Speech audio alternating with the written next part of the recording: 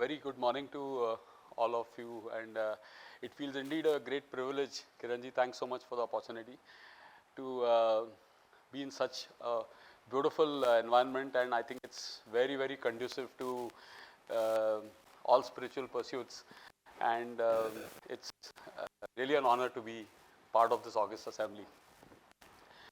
It was indeed a great privilege to listen to Dr. Pandey, I think, who is indeed a very learned person and who's put in a lot of meditation, and I think he's got insights into this subject. The topic of my talk today is actually sculpting the David within. So, when I first suggested the topic to Kiranji, I thought maybe it seemed to be a little incoherent with what the theme of this conference was. But I think the theme of this retreat was towards a voyage towards self-discovery. So, I have been writing in the Speaking Tree column for the past nearly 13 years, and one of the articles I had written was Sculpting the David Within. I'll just give a brief historical perspective for a couple of minutes. This title came to me because this David was one of the masterpieces, which was a sculpture by Michelangelo, and he was actually one of the all-time greats, and he had a philosophy of also doing his sculpture and his work. So the history is that when they wanted to erect a statue of David, who was the very proverbial pygmy kind of a hero who slew the great Goliath, there was a big controversy as to how should be the ideal portrayal of David. So, the prevalent sculptors who were of repute, they were all at that time in the classical period of sculpture, when Renaissance was just coming up. They were planning to depict David in the form of a person who had vanquished Goliath, holding the slain head of Goliath in his hand, and standing with his feet on his chest, some sort of a egoistic victory over the slain Goliath. They were called as a contrapposto postures. That means with his shoulders bright ahead and head right up, which was how heroes were depicted in the pre-Renaissance area. Michelangelo somehow had a different take, and by the time he got this, I would say, instruction to go ahead with sculpting this own David, there were already a few attempts made by his contemporary sculptors, but they were not able to do a good job. So he took up this stance of saying that I will actually portray David not after he had won the battle with Goliath, but before, when his mind had some anxiety, there was fear, there was flight, there was confidence. So it was a revolution of sorts, it was a renaissance of sorts, where he felt that he should depict the mindset of a hero before he actually vanquishes that ultimate evil. And that was something which was very unique about this particular portrayal of David. And of course, I need not repeat this, but that has become a slice of history. And when after it resounded very well with the public, they asked him that how could he come out with such a masterpiece? And he gave a very beautiful answer. He said that I had such a clear vision of what I wanted to portray, that I just removed all that didn't look like my vision. So I removed all that was not David, and what was left was David. So this was a very beautiful thought, and that got me thinking that if I have to use this analogy in the domain of spirituality, I think perhaps it can strike a bell with the readers. So that is the basis of this. So when I talk of sculpting the David within, what I essentially am trying to portray is trying to see what I am my original nature, having a clear vision of my own self. And if I want to get to that, then I'll have to have the chisels, the means, the tools to chisel away and remove whatever that is not me. Which comes down to this whole issue that what is spirituality, as my earlier speaker was trying to get to. And what is my tryst with spirituality, because I am a neurosurgeon, as you might be aware of from the introduction. It's indeed a miracle. I mean, when we talk of in Christianity, I think sainthood is bestowed to people who do miracles. But trust me, as a doctor, as a neurosurgeon, I see a miracle every day. The very fact that if you look at our human body, which is made of trillions of cells, each cell has got consciousness inside it. Each cell. These cells, they unite together to form tissues, tissues unite to form organs, organs to form systems, systems to form animal, and animal to form a human body. And if you for a moment just think that how can it be possible that this symphony of trillions of cells with multiple tissues, multiple organs is functioning on an automatic mode. As a doctor, believe me, I tell you, when I tell you that the margins for safety, that means even a simple parameter like your sugar, blood sugar, your pH of the blood, the sodium levels in your blood, they are absolutely micromanaged to perfection without any volition. There is no volition at all. It's happening on its own, it's on autopilot. And there is an intelligence which is somewhere deeper down, which is orchestrating this whole symphony of our human body. And that is by itself a miracle. So when I took up neurosurgery, when we were studying neurology in physiology and in our anatomy and the pre-medical, consciousness has been something that has always fascinated me, because it forms the most primitive substrate on which everything else is dependent on. Only if I'm conscious of something can I be, all my studies and investigations and everything start off. So after I did my general surgery and I took up neurosurgery and I started actually operating on the brain, trust me, whenever I open the skull and I open the dura and I see that yellowish gray mass of 2 kilos, I still get goose pimples, because that 2.5 or 3 pounds worth of flesh is actually what makes me cognize the whole universe. The entire universe is possible for me to cognize and to understand and to interact with, is possible because of that 2 kilos of what is phospholipids inside the cranial cavity. So it got me trying to understand what is consciousness about, and also it seemed to me that if I try to look for an answer, that is there a creator, is there some benevolent creator who has sat down and he has designed every single leaf, every single insect, every single human being, every single galaxy. It's staggering. It does not appeal to any logic. It's really staggering. You just try to understand that if I were to try to make a simple insect like a fly. You see a fly, house fly? Have you seen how that fly can make twists and turns and fly at any angles and sit down and move around at incredible speeds, take off and sit? And that design is something which is absolutely human. No amount of artificial intelligence or no amount of human technology can ever even come anywhere close to even making a small fly. Now, I must confess that I have all along been a student of science. And as a student of science, one of the basic assumptions and the basic premise of science is that there has to be a cause and effect relationship.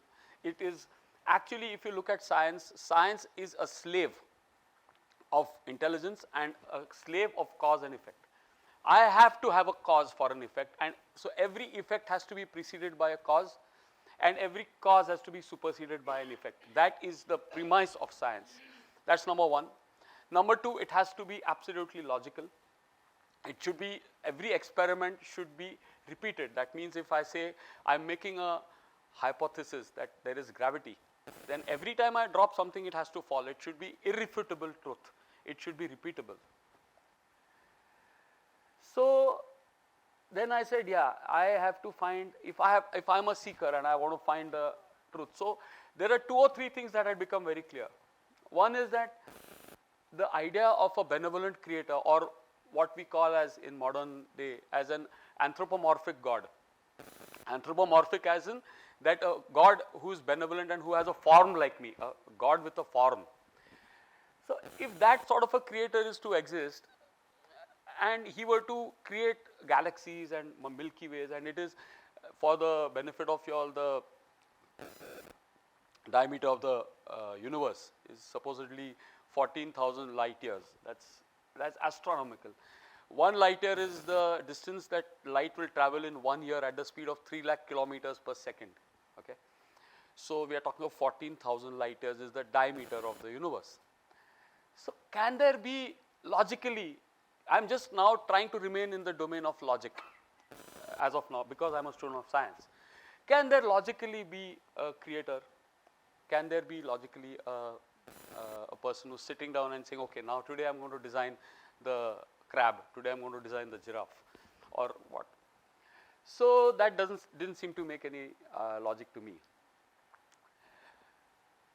So then I got trying to understand more and more about spirituality, and now coming back to the main topic of today. But I think, and I like, whenever we talk in a medical conference, we always give some disclaimers, so that I have no sponsors, I don't have anyone who's, so one of the disclaimers that I'm giving is, very, very humbly and very, very modestly, I really don't know anything about this subject, because if it were to be objective knowledge, we would not be sitting here. We would all are learned people, we would have understood what it is, and we would have been in our own houses.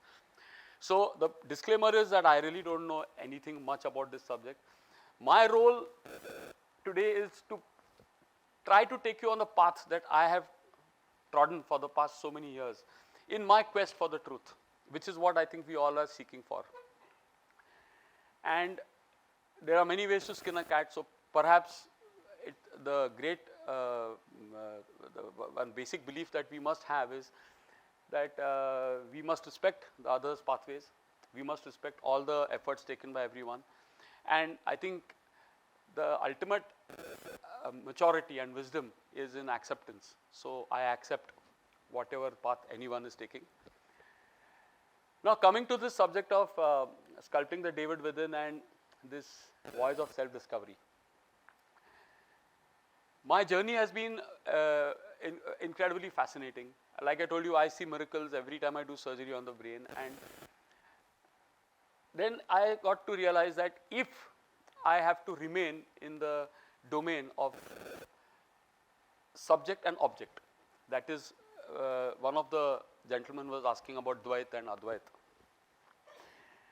When there is a subject-object dichotomy, that is, there is a creator and a created. So there is a subject and an object. So then if I am the subject, and if I am trying to make sense or use my logic, because it's me, I am going to find answers to my questions, right? That's the whole premise. So if I use me as a subject, my intelligence, my understanding, my logic, my wisdom, I am going to use those tools to try to make sense of the universe or the world that I see around. So that is the premise I am going on. So on that domain, I studied quantum physics. I have even gone into that underground large tunnel, which is called at CERN, and I've seen this colliders. You know, they have these colliders where they smash protons at near to speed of light, and there's a shower of subatomic particles, and in where this God's particle or the Higgs boson was discovered. I have actually taken the effort to go down in that tunnel, because I said, if I have to understand the material world, then let me do it in a scientific manner. I'm a man of science, right? And I am studying quantum physics on a regular basis. I'm a faculty where I teach quantum physics to some universities in Pune. My own attempts to understand it the way I do. But when I walked on that path, I seem to realize that there are so many unanswered questions even in quantum physics. Like for example, I don't know if those of you all who have a slight interest, and I would probably encourage you all to check the Nobel Prize of Physics for the year 2022, went down to 3 physicists who actually were able to prove Einstein wrong, because Einstein had gone on an assumption that when the universe is expanding and when there is gravity, these are 2 apparently dissimilar, absolutely dissimilar principles. He was not able to fathom, and besides he was not able to also explain what is called as quantum entanglement. These terms are a little high, but I would strongly urge you all to just go a little and look into, try to understand it. It's the quantum entanglement, which talks of 2 particles that can communicate instantly with each other no matter how far they are separated. They could be at the other end of the universe, but they communicate with each other instantaneously at that very instant. And Einstein could never understand why that happened. So he said that there must be something like unknown variables which we don't know, which is why they can communicate like this. But these 3 physicists who got the Nobel Prize, they got that Nobel Prize because they disproved Einstein. They said that there is no such thing as hidden variables, and these 2 particles actually can communicate with each other at the speed of light, faster than the speed of light, no matter how far they are separated, and that is the truth. So which actually translates roughly into believing that the universe is illusory, because how can this, it defies the basic principle of physics, which says that nothing can travel faster than the speed of light. So if these 2 particles can communicate with each other faster than the speed of light, it means that we are breaching the basic fundamental of quantum physics and physics as well. So coming back to the subject, so I tried my forays into quantum physics to try to make sense of what this thing was all about, but there are many unanswered questions, and quite interestingly,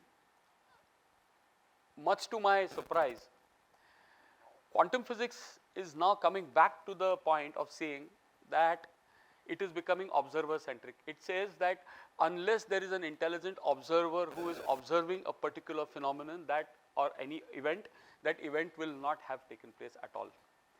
So quantum physics is now coming back to the primacy of an observer. Observer as in, observer is a consciousness who is observing. A conscious observer has to be there to be able to give validity and to give reality to any event that has occurred. So quantum physics is also now shifting its focus from experiment to experience. It is no longer saying that we are as scientists, we are not talking about experiment, we are talking about experience. We are talking about a consciousness, we are talking about an observer. So I realized that, yeah, now this seems to be getting, even if I study physics and even if I study the cutting edge level of physics, that is quantum physics, and have gone to the absolute core of it by visiting this CERN, they are still having many unanswered questions in quantum physics also. Which then brings me back to the subject of the duality, that is the subject trying to study the object. As a subject, can I study the objective world?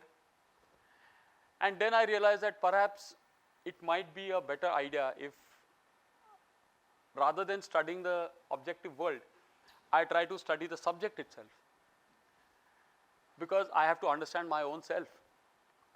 And that is actually where spirituality all leads to, because if you see the essence of all spirituality as per our Indian philosophical systems, they talk of koham. That means first understand who you are, and if you understand who you are, then you don't need to answer and find answers to the questions of what is the world. So that brings me back, makes me take a U-turn on when I start treading the path of science. I take a U-turn and come back to spirituality and come down to this topic of trying to understand who am I, koham. Okay, so there begins the second phase of my pursuit, my path of seeking. As my learned speaker Pandeyji had spoken just a few hours, 1 hour before me, he was talking about an ego. He mentioned that ego is like a thorn which is there in the sheet of life, and you cannot unfurl the sheet of life.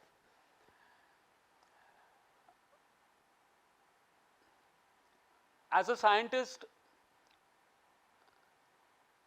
ego is divided into superego, id. There are many components to the ego. It is the feeling of identifying with the mind. It is the feeling of identifying with the body. It is a sense of importance. It is a sense of discreteness. There are multiple definitions to this. But for all these people who have gathered here, and I thought I must share one very important interpretation of the word of ego. Have you all given a thought that even the quest to look for answers, my intelligence which is actually seeking for answers, is also a manifestation of my ego? Do we agree on this? Because when I say this is my intellectual ego, I want to find answers. That means looking for answers is also a form of ego. So let's try to understand and deconstruct the meaning of this word ego. One is my obsessive compulsive need to find answers to questions like who is the creator, who am I, what is this universe. This is also a subtle manifestation of the ego, who is looking for answers. The second, even more important aspect of ego is the conditioning that we have been all brought into. If I were to ask you that, let's look at a child born in sub-Saharan Africa, okay, a nomadic tribe who are hunters and gatherers, and who has absolutely no clue to any of the philosophical systems or the great, absolutely great souls who walk this planet, like the mother or any such great souls, and he was not privy to the information that they were wanting to spread. Will that child be not eligible to get any form of salvation? Think for a moment. Or for that matter, any other person who is not introduced to this school of thought that I belong to. Like I might be a believer of Advait Vedanta. I might be a believer of Chinmay mission. I could be a Aurobindo mission. There we have multiple schools of thought. So if I am conditioned to think in a particular manner, and I am then going to try to fit the whole truth into, in some way, into this philosophical system that I am conditioned to follow, isn't that a kind of ego also? You think about what I am saying, but this is very important for us to understand. Then it means that if there is to be a universal truth, there has to be a consensus to the universal truth. It cannot be factionalized into pathways or into religions or into modalities. Or so then I started questioning myself that if I have to understand myself, so when we come back to this main theme of today, that is sculpting the David within, what are the things that I need to abandon to get to that ultimate truth? So one thing that I consciously decided to abandon or to eliminate from this construct of me is my intellectual ego, which is constantly seeking for answers. It is always questioning why, and give me a reason, and give me a cause, give me an effect. If this is happening, there has to be a creator. If this has to be there. So this is a conditioning and a programming of my mindset, which I have to try to eliminate if possible. Because one of the greatest, I would say, keynotes to happiness or bliss, in my personal experience, which I am saying, is when I have I don't have any queries, I don't have any doubts. I have a incredibly high level of acceptance, that I just accept it. Yeah, this is how it is. I'm not going to question, because the questions have made me go absolutely lose my sense of propriety. They are forcing the intellect to make me accept answers to my queries, which subconsciously we all know that it does not make sense, as Mr. Pandeyji was saying, that it has to reconcile with the reality. There is no reconciliation with reality, any school of thought that I were to take off.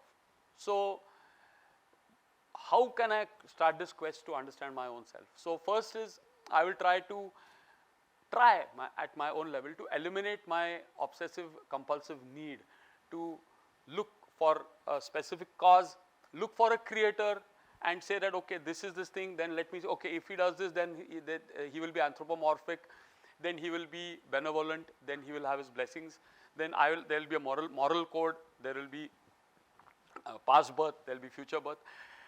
If you look at this belief in even the fact that there has to be past births or there has to be future births, that also is in a very subtle way a manifestation of the ego, because it says that there is an identity which is constantly mutating, and I have some identity, and which is, like they say, there is a clothes which are being changed during every successive birth.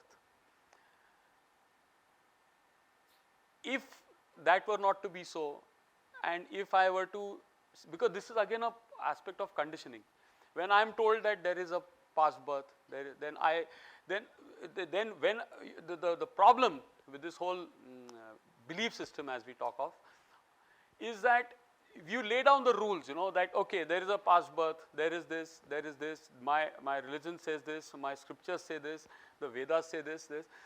Those are the boxes that have to be ticked before you accept any philosophy, because it says that unless I accept these, because this is a given in philosophy. It is called as a priori knowledge. A priori means something that you don't question. It is given. You have to just take it for its face value.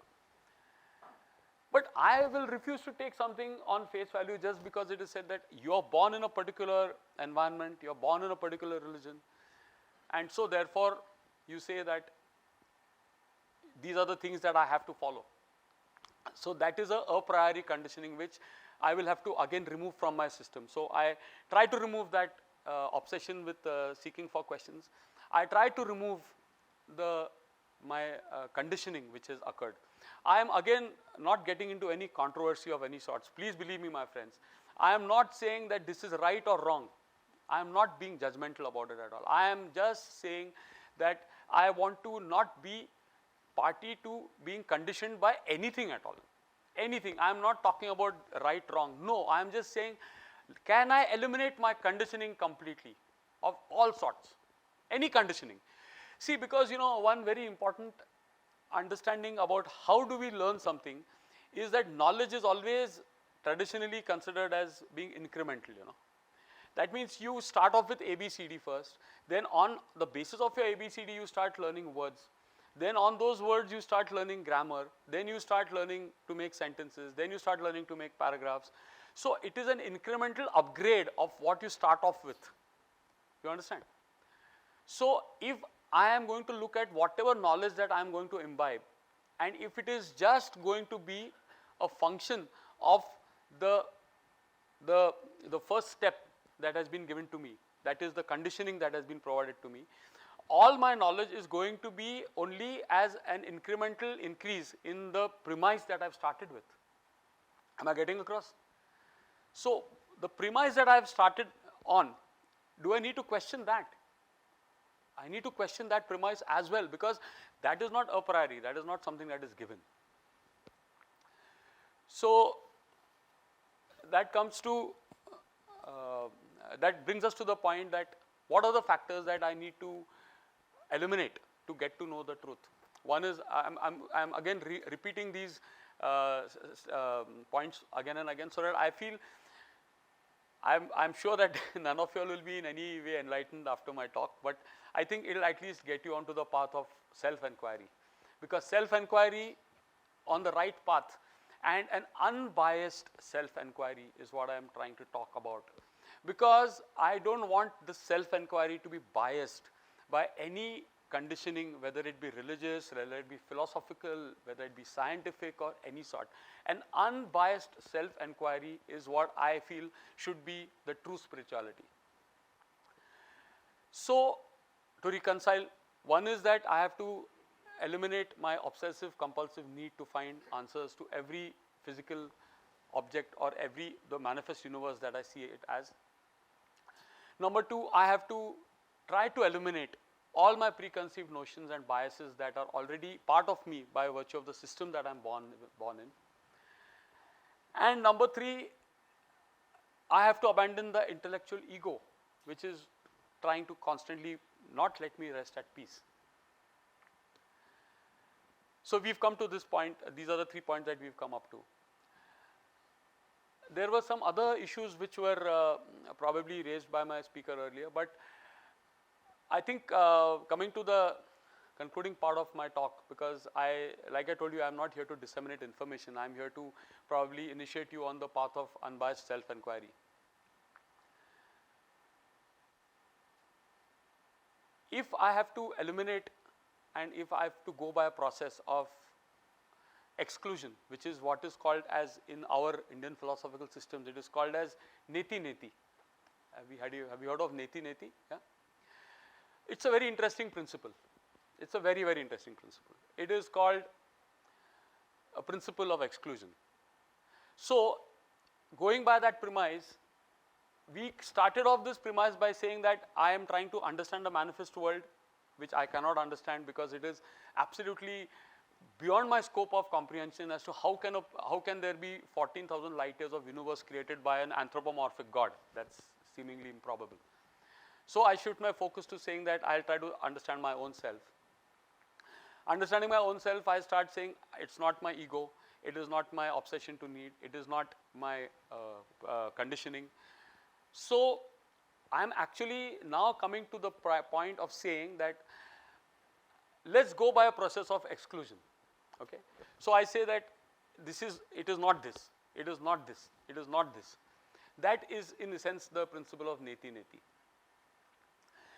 There was an certain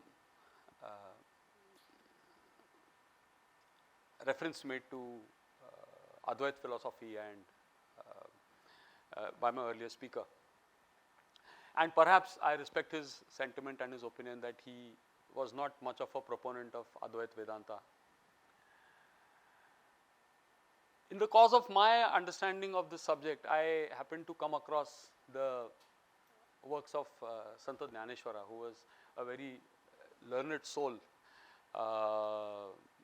who took his Sanjeevan Samadhi at Alandi in Pune.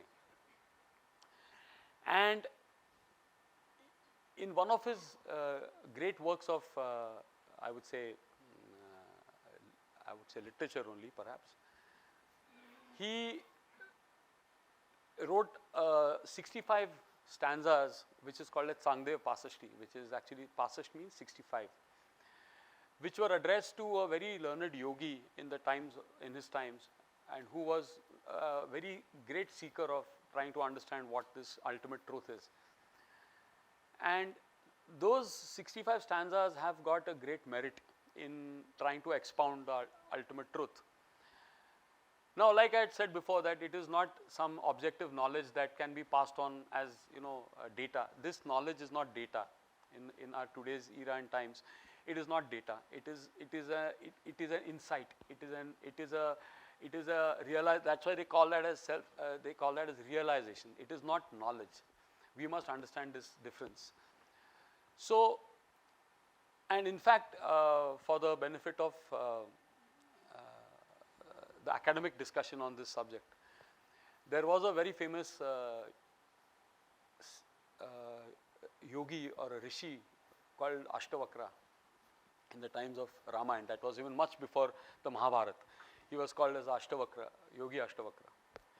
And he has written a great commentary which was a discourse to Janak Raja, and in which he quite astonishingly mentions that realization is absolutely just in the blink of an eye. It is not something that actually talks of doing penance or doing some kind of religious practices or what, which was an interesting take again, because in his valuable opinion, he says that every effort taken by a seeker will only underline his separateness, because it gives him the sense of saying that I am doing this, I am doing this, which will reinforce his identity again. So this is just for completing the academic discussion, because it's a matter of belief, each one to his own. But coming back to this Sant Jnaneshwara's commentary, those 65 stanzas which he's written are, in my opinion, I've tried to interpret them from a quantum perspective also, and they I think talk of a very sublime philosophy. And I'll just quote you the first 4 lines of that first stanza of that Sangdev Pasashti. He addresses this yogi, that is Sangdev Rishi, as Vateshu, because he was a follower of Vateshu. Is a banyan tree in Marathi, is called Vad. So he was a great Shiv Bhakt, and one of the names for Shivji is Vateshwar. So Swasti Shri Vateshu, जो लोपोनी जगद भासू दावी मग ग्रासू prakadala kari. They are the only 4 lines. Now I'll tell you what the meaning of these, the interpretation of these 4 lines. Swasti Shri Vateshu is, he is giving him his blessings and saying that may the blessings of the Almighty be with you, Vateshwara, because of you have approached me for knowing the truth, so my blessings are with you. He then says, Jo loponi jagada bhasu. Loponi is to hide, and jagada bhasu means the appearance of this universe, appearance of the material world. So he says that Jo loponi jagada bhasu, that means if your perception cannot, or if your comprehension cannot see, or it is clouded, or it is blinded, and cannot see the universal underlying principle behind this manifest universe, then Jagada Bhasu, that means the universe appears. Because your comprehension, your perception has been blinded. So Loponi means that creator, or the universal principle, or the universal truth, of which this whole universe is a manifestation of, that gets lost, or that gets hidden, and the world appears. And Davi Maga Grasu, that means if your perception changes, and if you can develop the insight to see the basic underlying, unifying, all-pervading truth, which is the manifestation, of which this universe is a manifestation, then that Lord will appear in front of you, because everything that you see is a manifestation of that principle, of that essence that he calls as.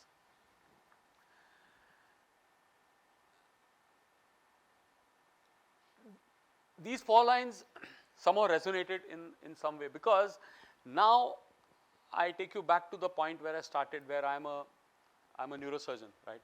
And I have to respect this branch which as I've studied for so many years. And then I try to understand what is vision. What is vision? What are my sense organs? Do my sense organs really do I trust them totally? Are they really instruments and servants which are conveying the factual reality of what is outside to me? So I go back to the drawing board and I say, how does the brain cognize my vision? How do I hear what I am hearing? How do I touch what is happening? And then that was not so difficult, because I know the pathways. There are the sensory pathways, there are touch corpuscles, there are rods and cones, there are those crista galli, all those sensory receptors which stimulate different nerves, and they go and the irony is that light is perceived in the darkest corner of my skull in the occipital lobe over here. So it is all just a representative method of relaying information of the so-called outer world to me by my brain. What is its validity? What is its authenticity? How can I ever believe in that? We are living in a digital world today. If I am sending a message from my WhatsApp, a video or a picture to someone, what it does is that it deconstructs that image into digital data. It transmits the digital data, the receiver decodes that data and gives that image to you. Which means that all photographs, all music, everything has been decoded into something very elementary, which is what is a digital code, a binary code for you if you want, and is transmitted. So information of the world that I see outside me is actually nothing but a kind of digital data which my processor, that the brain inside, is processing, and it is constructing that image into my consciousness and telling me that this is the reality outside the world. Is this the reality? And then mind you, now at this, hold your thoughts at this point, because if you remember, I had mentioned to you about quantum physics talking of anything can exist only if there is a conscious observer, which is something that quantum physics also talks about. It is a universal truth. You can verify that by checking it out in Google. So which means that my consciousness is primal, it's primary. And in that screen of consciousness is this whole universe being projected. That seems to make sense, because then creator becomes redundant in this whole scheme of things. Because if I am just talking of a play of consciousness is all that there is, this whole universe and this whole existence, then we don't need to think of a fundamental entity that is creating every single aspect of the manifest world. Perhaps not. So yes, now I am on the same page. Neurologically, if I look at the brain and try to understand it, I redefine my definition of the brain by saying that the brain is a very unique organ, which not only creates this illusion of the outer world by digital processing, that is one part of the brain. It also generates a conviction that what I am seeing is the truth. It is doing both. You get this beauty of this thing? Which means if all are seeing the same thing, all are following the same program, all are following the same processes, then this must be the truth. So it is generating that illusion of, I would say illusion, I would say the virtual image of the universe on my screen of consciousness, but consciousness is primary. It is generating that impression or that virtual image of the universe on my screen of consciousness, and also it is generating the conviction and a die-hard conviction that this is the truth, because I can touch it, my senses are there, I can smell this flower, I can feel myself, so it has to be the truth. So the truth is truth only restricted to tangibility of the senses? Is that what it is? I don't know. Truth may not be only a function of the tangibility of the senses, that must be something much more. It has to be something far deeper.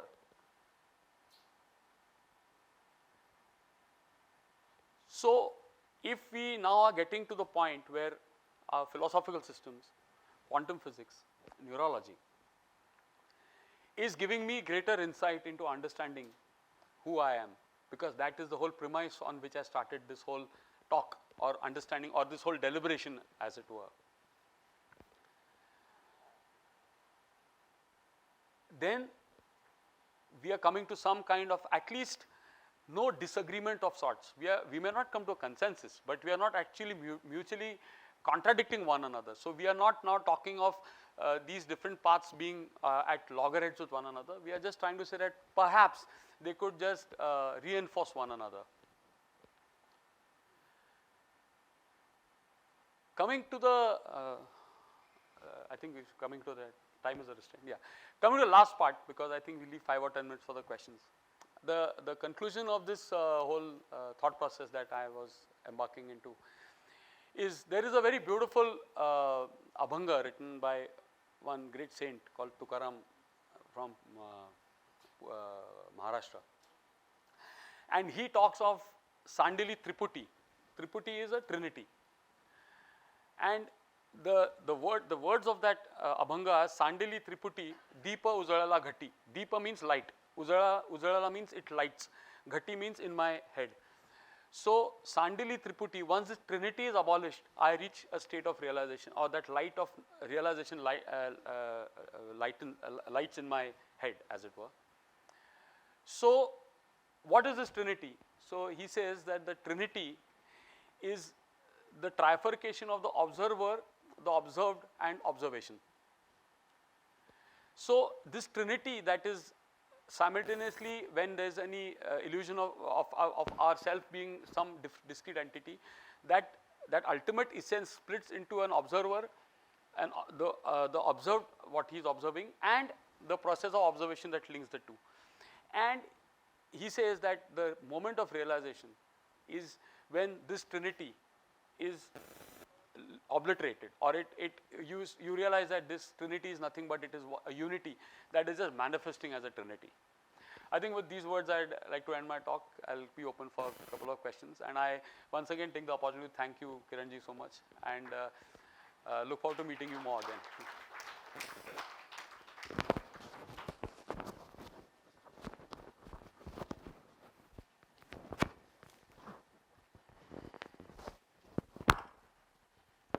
Yeah.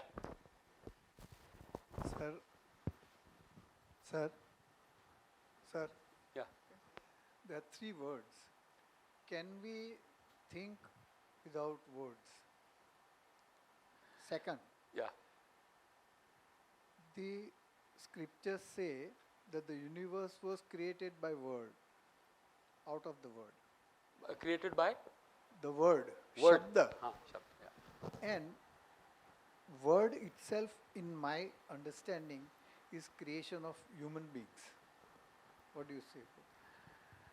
First is thinking without words is what I would call as experiencing, because experiencing, there's in physics it's called qualia, Qualia is an entity which says that if I am perceiving this green color the way I perceive it, no one else can perceive it the way I perceive it. So that is what lends uniqueness to that experience.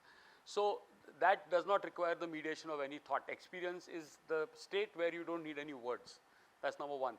And the second part of your question is, you're again coming to the syntax of creation. But where I am, my intellectual process I abandon, and I say that I don't want to get into that zone at all. And I'm just saying, because see, if you can say creation started off with a word, you can say that creation started with Adam, you can say creation started with amoeba, it started with a unicellular being. There can be n number of approaches to it. But I don't want to go down that road at all. To me, I just feel that this entire universe is just a projection on the screen of my consciousness, and consciousness is primary. Then, and in fact, one of the hypotheses that Advaita Vedanta talks of is that the Almighty wanted to, there is a very interesting thing that the human consciousness has the blessing that I am conscious, okay?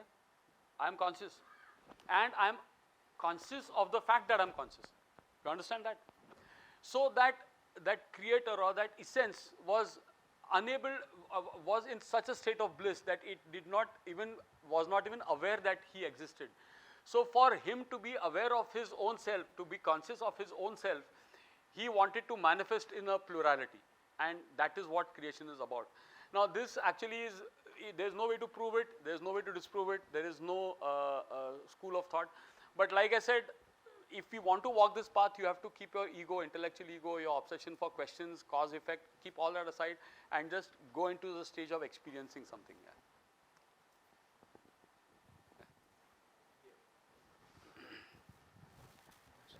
So initially you told that why should I inquire, or why should I go into the pursuit of anything? and you told that isn't it an ego? Yes. So to my mind, it's an aspiration, we can call it. Yes.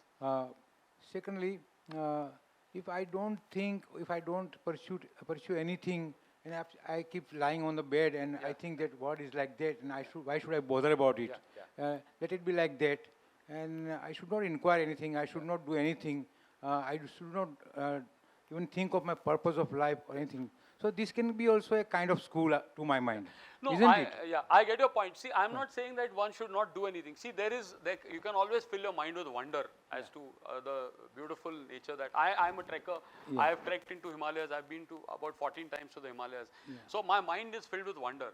My only point is that I am trying to say that I don't want to fit this thing into finding a cause. Let me enjoy the world. Let me absolutely, because when I see this beautiful lotuses over here with the colors, it fills my heart with a lot of joy. But if I get into that zone of trying to say who made the lotus, what was his reason for making the lotus, it defeats the purpose, and that actually kills the whole joy of existence. So it's obviously out of curiosity we'll definitely go into this matter. Yeah, probably, but then that's where the whole thing begins. Then once you start walking on that zone, you just start wanting to. Your mind will not let you put the thing down till you get an answer. Ki yes, Baba, this is it, and then sooner or later you come to a compromise and say, okay, Baba, theek hai, this seems to be the most reasonable, so let me accept this.